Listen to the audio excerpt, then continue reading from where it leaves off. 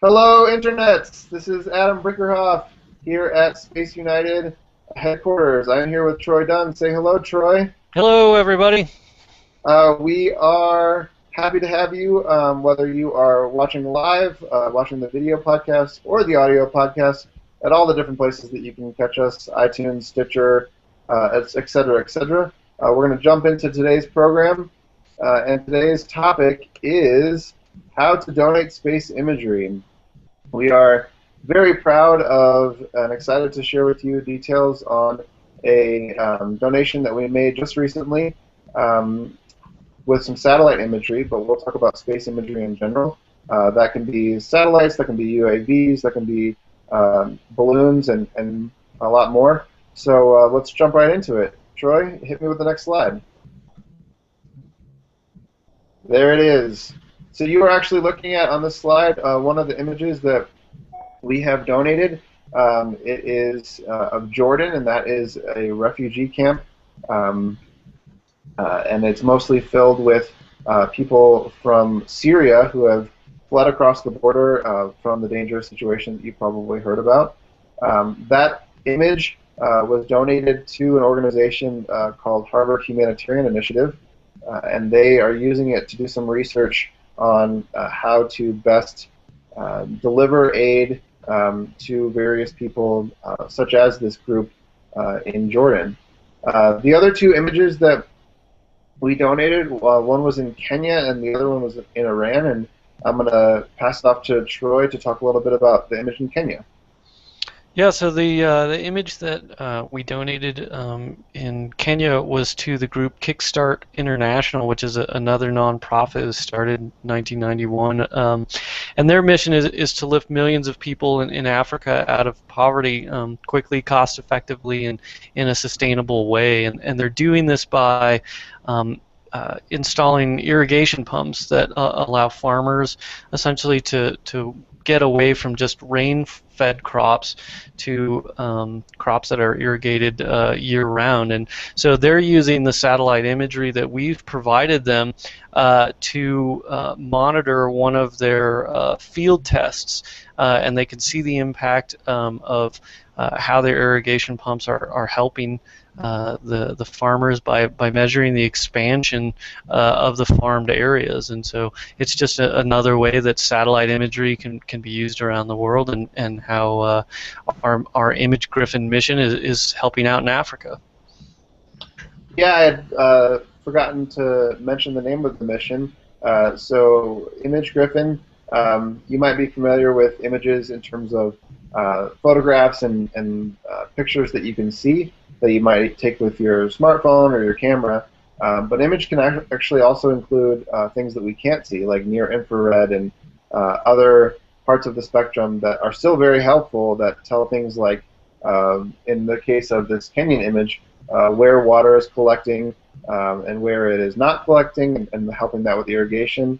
It helps with things like forest fires and so on and so forth. So you can imagine that there are a lot of different ways to interpret that there. And then we like the idea of Griffin being a mythical creature that can fly, but also is known to protect. And as we'll talk with our guests later, this imagery is often used to protect different people from various situations, whether it's disaster recovery or human rights violations, et cetera, et cetera. So that's where that comes from. Lastly, just real quick, we donated an image to an organization called the Sentinel Project. It is of Iran, and it's specifically of an area where there have been reports of cemetery destruction. You may not know this, but there is a kind of an established list of things that are warning signs for genocidal situations, that they've gone back and historically found that when governments start to attack their own people, they do a certain number of consistent things before that, and one of those warning signs is destruction of historical buildings or monuments, or in this case cemeteries. And so it's important for us to be able to, and the Sentinel Project specifically, to be able to see what's been going on in that area, and if it has been damaged, to act accordingly. And that actually brings up one great thing about space imagery, or in this case satellite imagery. It can allow us to see an area that isn't very safe to travel to. And in this case, Iran is having some inner turmoil, as you may know about, and it's a very dangerous place to go. And so it allows us and our relief partners the ability to see areas that we don't feel comfortable going to, and we can avoid putting people in harm's way, but still get valuable data out of that. So the topic is how to donate space imagery. We will encourage you throughout this presentation, but we will stop now and just say there are a lot of different ways to go about it. We did some fundraising online, but we also have help from our sponsors, as Troy's showing here. Just a quick shout out to our top sponsors. AGI is a software company that you may know of from their very popular software package called Satellite Toolkit, or STK. They have donated that software to us for help with our development of our missions. Digital Globe is one of the companies that provides satellite imagery. They have a fleet of satellites up in the sky that are constantly taking imagery, and one of the images that we purchased was from them. They've also provided some donations to us as well. The Space Foundation is primarily an educational organization, although they do put on a really important annual space symposium. It's now international. It used to be national, and that's held here in Colorado every year, where all the industry leaders come to talk about the state of the industry and to do business together, and just to check in with each other and see what we're up to. And then finally, UINGU is probably the least known of these groups. They are an organization that supports science and space research, and they do so by naming different planets, and Mars craters is their most recent development. So they are working with a variety of space exploration organizations to adopt their naming convention, and that naming convention is the public names those exoplanets and the Mars craters rather than it being an astronomical standard type of thing. So they leave it up to the people. You can go onto their website and buy craters of a variety of different sizes from $5 on up.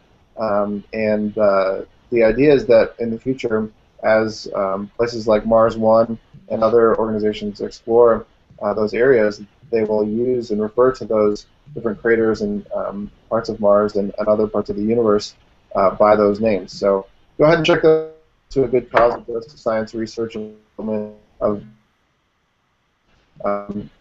yeah, that's our guests.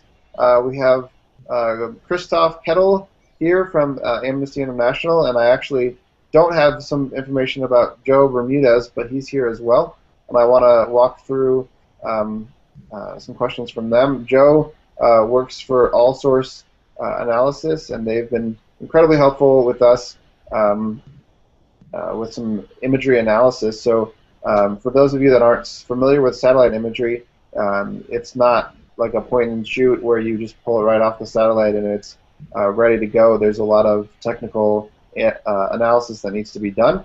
And so Joe's an expert at that, and we've been leaning on him heavily to help us get the imagery that we need for our partners into the formats that they need to be able to do the analysis that they're trying to do. So Christoph, I'm going to start with you. First of all, thank you so much for joining us. How are you doing today? Great, and thanks for having me on the show. You're welcome. Christoph is coming to us from Washington, D.C., and as you can see here with his Twitter handle and Twitter picture, he is an emergency responder at Amnesty International, and you may have heard of Amnesty. They do a lot of human rights work all over the world, and he specifically uses satellites, video crisis mapping, and mobile data to quote-unquote fight the bad guys, which is what we love to see. Specifically, we are interested in his expertise in the satellite area, obviously, because that's the overlap that we have, and we've talked to him and some of his colleagues about getting their experience and their input so that we can improve our work through our Image Griffin mission. So in your eyes and your experience, Christoph, how does space imagery help human rights initiatives? Yeah, I think you already touched on it a little bit. So when we started doing this work around 7 years ago, we were specifically looking at places where we had difficulties to gain access to. So Amnesty International, goes into a country to do on-the-ground field research with the permission of governments. Sometimes we are denied access. Sometimes it's just too difficult for us. Imagine, a conflict zone like Syria. It's just too dangerous to send a person there to do on-the-ground field research. So we look at how can we work around that. And we can go a traditional route by, let's say, for example, interviewing refugees or talking to humanitarian groups. But one way for us that proved really, really valuable was using satellite imagery. And the way we describe it's really cutting through the fog of war. We don't really know what's going on. There's a lot of misinformation out there, and satellite imagery allows us to get a very objective and comprehensive overview over, let's say, a specific conflict zone. So the past few years, we have used satellite imagery in the context of Darfur, Syria, recently also the Central African Republic. We did a little bit of work on the DRC, and it's a pretty long list. But so we really focused on armed conflict situations. But I think in general it also goes beyond that. So we also look at secret detention facilities or housing demolitions and similar issues. So we really cover kind of the whole range of human rights violations. And I'm happy to go into more detail, but that's the broad overview. Yeah, no, that's really interesting. Joe, I'll pose this sort of offshoot question. One of the things that Christoph mentioned was the danger, but I've also seen in my limited work in this area that there's also, I think, I guess, a certain amount of information that we take for granted here in the U.S. A lot of times there's bad roads that prevent different workers from getting certain places with the transportation infrastructures. And we also assume that everyone's connected to the internet, but it really isn't the case. And sometimes they don't even have telephone connections or electrical connections. So, in your eyes, what have you seen along those lines, and how does satellite imagery help to bridge those gaps when those what we consider to be basic infrastructures aren't in place? An excellent question. It's important to understand, especially for a Western audience, that there are vast parts of this world that do not have basics that we would consider necessities to life. Clean water, electricity, the ability to move around one's environment. It's for a variety of reasons. A lot of times it's remoteness, other times it's political, sometimes it's social. It's a challenge. It's a challenge, and Christoph obviously knows, to get information, especially information in a timely manner. This could be not only for nefarious reasons, but it also could be environmental, as you just brought up. Floods, distance. There are infrastructure problems throughout the world, or I shouldn't say problems, limitations. It's kind of interesting that in Africa, for example, you have both ends of the extremes. For example, Rwanda is in the process of installing a national fiber optic internet system, which is remarkable. It'll probably have better internet than I do up on my mountain property here in Colorado. But there are also environmental conditions. Rivers, a lot of times in the rainy seasons around the world, transportation is very limited. So we do have these environmental and social and political issues. And that's where satellite imagery can come into its real value to a lot of people who are interested in many subjects, including human rights, and, human security, food security. It's a great challenge, and satellite imagery gives us one of the fastest ways to get an initial handle on a developing situation. Great. Well, I'm going to take a quick pause here to plug a couple things. First of all, if anyone out there has questions for Christoph, Joe, or Troy and I, we encourage you to use either the live Google Plus page and type questions in there, either through the Q&A app or just right into the comments. Also, if you're listening to this throughout the week, please write us questions at our hashtag SpaceUnited on Twitter, and we'll be happy to get those back to you throughout the week. The other thing I'd like to mention real quick is that we're constantly fundraising for this mission, and we're lucky to work with organizations like Amnesty and AllSource with guys like Christoph and Joe, and that effort isn't really as expensive as you might think. On average, the satellite imagery that we purchased thus far and will continue to do is about $300 a piece, and that's not just something that helps one person, it helps the whole community. And so we encourage you to sign up for an ongoing monthly donation. Whatever you can give helps a lot, and we promise that every dollar that's given will go directly to that mission. There are no overheads or fees. We are a nonprofit organization, and our goal is to put as much of that money towards these images as possible. So Troy, I'd like to give you an opportunity before I move on to ask either Christoph, Joe, or both maybe a question that you've been thinking about. Yeah, I was just wondering, and I'll just put this out to either one of you. You can just jump in there. But I'm wondering maybe if you can talk about some of the examples that you've seen where satellite imagery has already made a difference, and maybe talk about something specific that you've worked on. Sure, and maybe I can start, and I think I have a good example that hopefully Joe will like, because I think he worked on it a lot. So I think one of the most interesting projects that I ever worked on, and I think that it's really, really a good example for what this work can do, but also it shows, I think, at the same time the challenges we face, is on North Korea. Mm-hmm. And we have worked actually in the past with Joe on that project, and I saw, I think a few days ago, they worked with the Committee for Human Rights in North Korea to produce a new report on political prison camps in North Korea. So that work for us really was extremely helpful to get a lot of attention on the topic of these huge political prison camps in North Korea. So we talk about a recent analysis we did at the end of last year. There was one camp which is, I think, 3 times the size of Washington, D.C. So it's really huge areas. Of course, Amnesty and any other independent observer, does not have access to the country. So satellite images is really one of the tools that we can use to get access. It allowed us to get a lot of media attention, but that was really not the end goal of that sort of work. But we really tried to, have tie this to a very specific advocacy campaign, and we timed it around the work of the Commission of Inquiry for North Korea, which was set up by the UN Human Rights Council, and they published their final report this March, which is the most comprehensive assessment of human rights in North Korea ever produced. And it had a complete appendix only with satellite images of North Korea that was, shared publicly, both by Amnesty International, but also by the Committee for Human Rights in North Korea.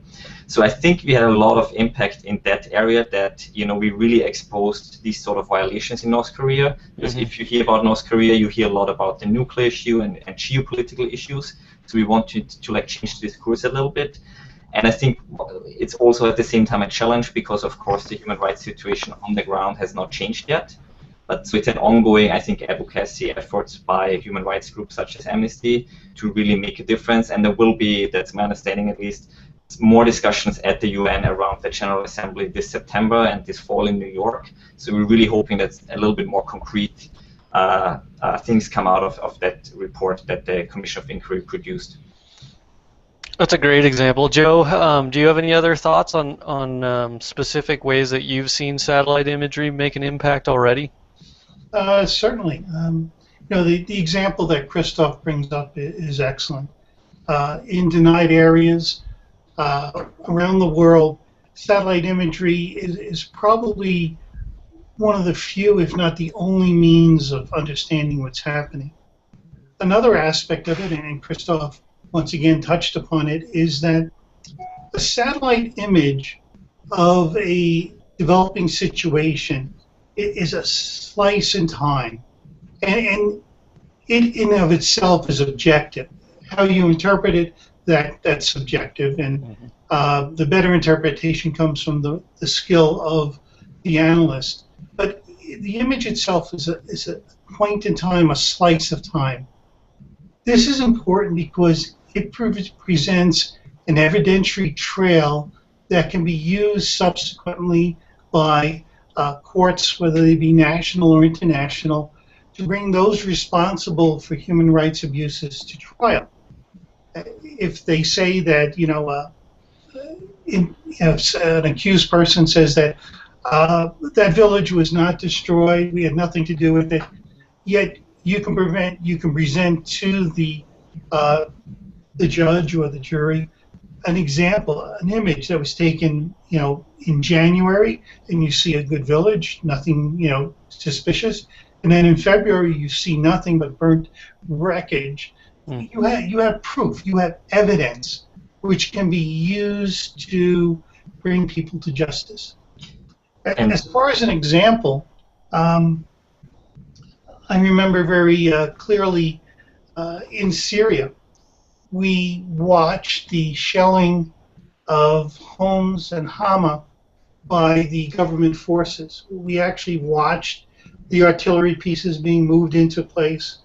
We actually measured the angle at which the azimuth, in other words, which direction they were pointing, and we actually, put it right to the spot in Baba al-Ammar that was being shelled. And we had one image which actually showed the artillery battery firing, because when an artillery piece fires, it gives off a cloud of smoke. And we actually caught several artillery pieces in the midst of it. This is clear evidence. A literal smoking gun from space, huh? Absolutely. And maybe I just want to add one small thing, because it's a really good example, and Joe mentioned it. The end goal for us, of course, is to secure justice and accountability. And a good example is the arrest warrant for Omar al-Bashir of Sudan by the ICC prosecutor. He specifically references satellite images of destroyed towns in Darfur in his arrest warrant. So that's, I think, a very powerful example. Yeah, and another example, just following on what Christoph just said, was, the president of Sudan complained that people were using satellite imagery to monitor the activities of the Sudanese armed forces. So there's great power in information, and there's great power in how satellite imagery can help with human rights situations around the world. All right. Well, thank you both for all that information. I thought it was fascinating that Christoph specifically mentioned North Korea, because that's how we.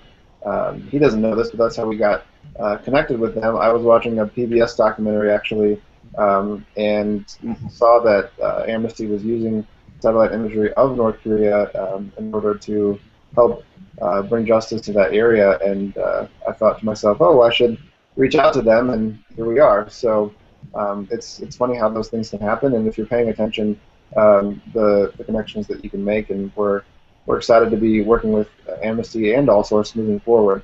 We'll try to get back to these guys for a couple minutes at the end if we have time, but I do want to take a quick couple minutes just to ask questions to our viewing audience, like we always do. First of all, we always ask you guys some questions to get your input, and they're the same questions that we asked our guests. So Troy, if you want to go to the next slide.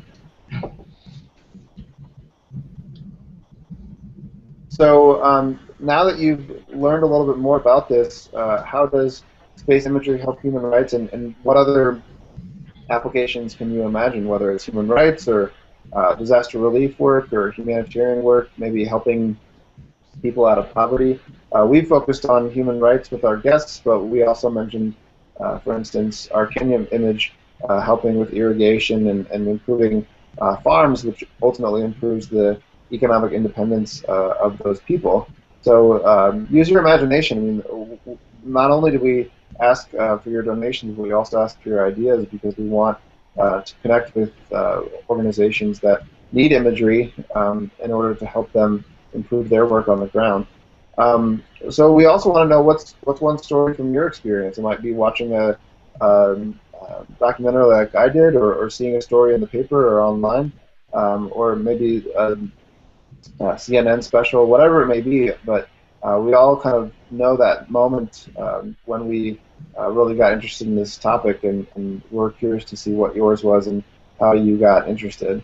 And then we were mentioning Christoph and his Twitter description or biography. But what's your favorite way to fight bad guys? And you might think that's funny, but and it's intended to be a little funny. But more than anything, we encourage you to do what Christoph and Joe do every day, and truly fight the bad guys. I mean, fight whether it's specific people or governments in the world that are causing problems for their people, or even if it's just the sort of more abstract bad guys of poverty and the disasters that kind of hit all over the world, whether it's hurricanes or floods or tsunamis. These are all things that satellites and satellite imagery can help, I guess, recover from. And so we always want to know what you're doing on your end. And there are lots of different ways to help, but obviously we encourage you and invite you to participate with our work. You can share our organization, you can subscribe to our newsletter and blog, and then you can obviously also support us through your either monetary donations or other ways to give. So check out our website at spaceunited.org, check out the Image Griffin mission page, and let us know how you want to get involved. So we do have one question from our Q&A app. Just one more quick reminder to either tweet #SpaceUnited or submit questions if you're watching live. This comes from our friend Abhijit Galot in India. And his question is, would you or have you ever run into privacy problems when it comes to using satellite imagery? It's a great question, and that is something that always needs to be considered. I guess on a related note, I will say, and I know that Christoph and Joe know much more about this than I do, but to start off, I will say that there are always concerns and checks done for security, specifically for national security, in terms of who the organizations are that the imagery is going to, and in general who the users are. So every time that we purchase an image, we submit the information of which organizations will be using that image.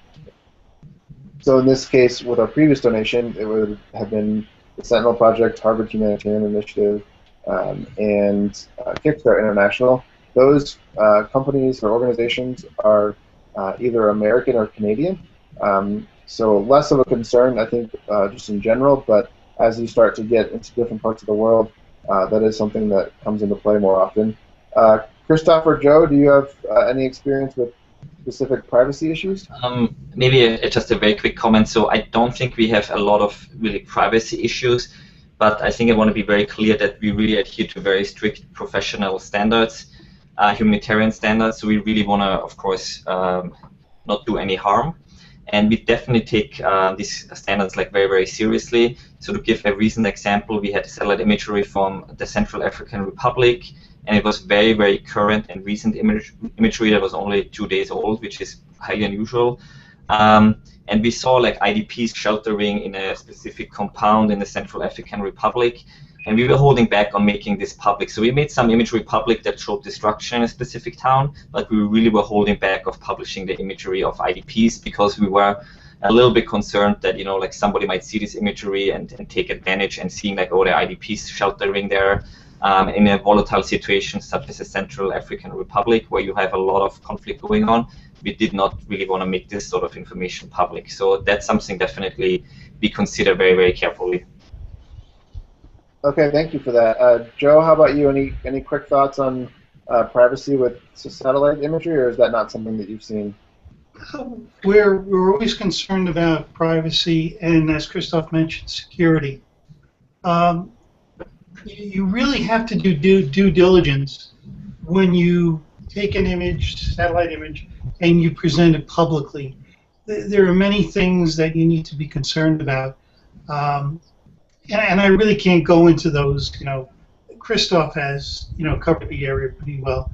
There are ethics that and standards that need to be followed, and we're very, very concerned about that and careful with that. Yeah, that all sounds like it makes sense, and it's important, especially for the state of the industry overall. All right, well, thank you for your question, Abhijit. Troy, do we have anything in the Twitter sphere? No, I haven't seen any questions come in from there so far, but again, if you're on Twitter and want to reach out to us, hashtag SpaceUnited is a good way to make us aware of your questions or thoughts, and of course throughout the week you can always reach out to us on Facebook or any of the social networks out there.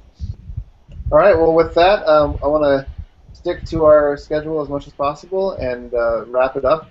I'd like to thank Christoph Koettl and Joe Bermudez again for being our guests today, and thanks to all of you watching and listening online. Troy, as always, thank you for co-hosting, and with that, we will say goodbye. Until next week, keep exploring for good. Thanks. Thank you. Thank you.